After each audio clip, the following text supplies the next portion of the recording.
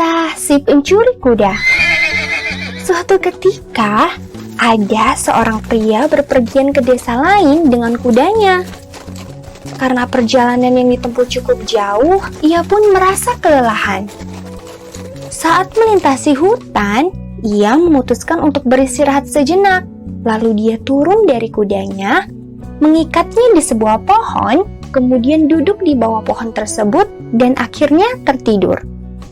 Beberapa jam kemudian, dia terbangun. Namun, alangkah terkejutnya ia saat melihat kudanya telah hilang.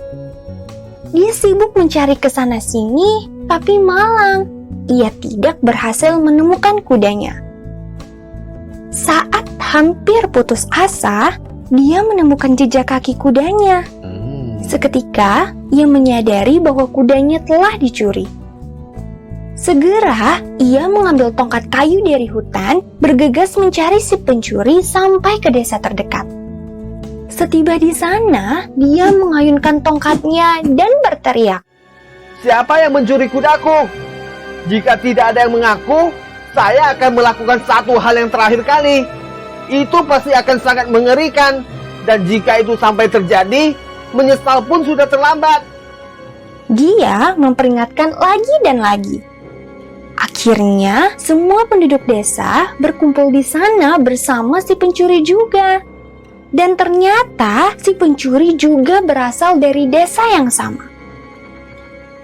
Mendengar perkataan dari si pemilik kuda, langsung si pencuri menjadi ketakutan. Ia segera pergi ke tempat di mana dia menyembunyikan kuda itu dan melepaskannya. Tak lama kemudian, dari kejauhan terlihat seekor kuda berlari menghampiri pemiliknya.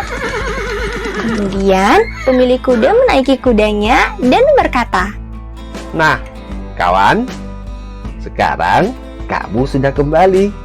Mari kita lanjutkan perjalanan kita." Si pencuri yang masih penasaran dengan ucapan si pemilik kuda, lalu segera menghampirinya dan berkata, "Hai tuan, kudamu kan telah kembali. Tapi sebelum pergi, coba beritahu kami satu hal.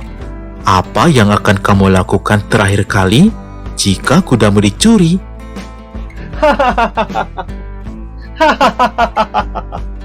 Dan kemudian si pemilik kuda pergi dengan kuda kesayangannya. Terkadang kita perlu memakai sedikit cara jitu yang tampaknya sepele untuk mendapatkan kembali benda milik kita.